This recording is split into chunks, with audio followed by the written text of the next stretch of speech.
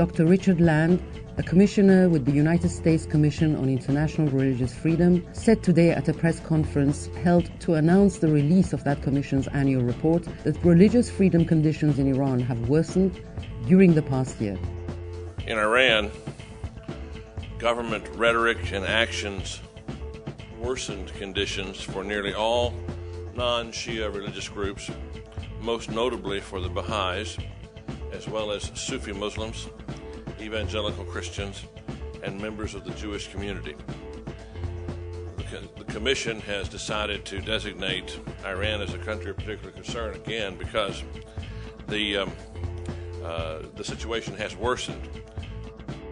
After the conclusion of the press conference, Land told WashingtonTV that the issue of religious freedom in Iran has to be on the table during any talks between the United States and Iran, in the same way that human rights was on the table in US negotiations with the former Soviet Union during the Cold War.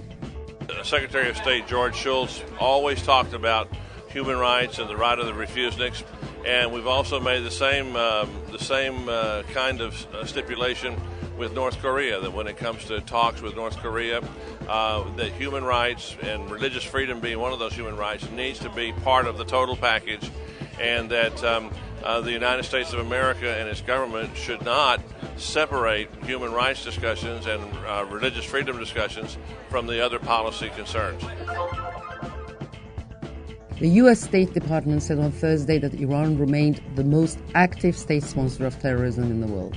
In its report for 2008, the U.S. said Iran's involvement in the planning and financial support of terrorist attacks throughout the Middle East, Europe, and Central Asia had a direct impact on international efforts to promote peace, threaten economic stability in the Gulf, and undermine the growth of democracy.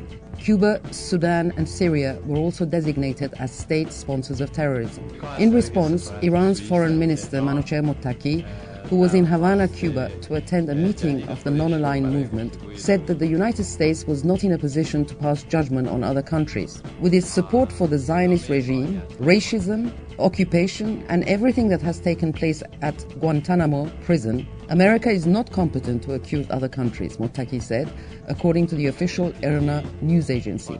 America's policy of double standards is known throughout the world, and it, meaning the US, has nothing new to say, he added.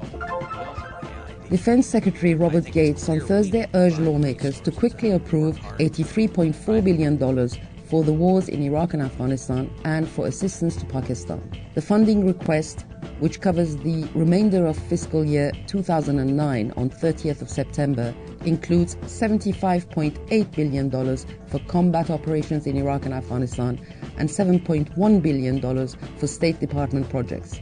President Barack Obama has made tackling extremism in Afghanistan and Pakistan the central focus of his strategy to bring stability to the region.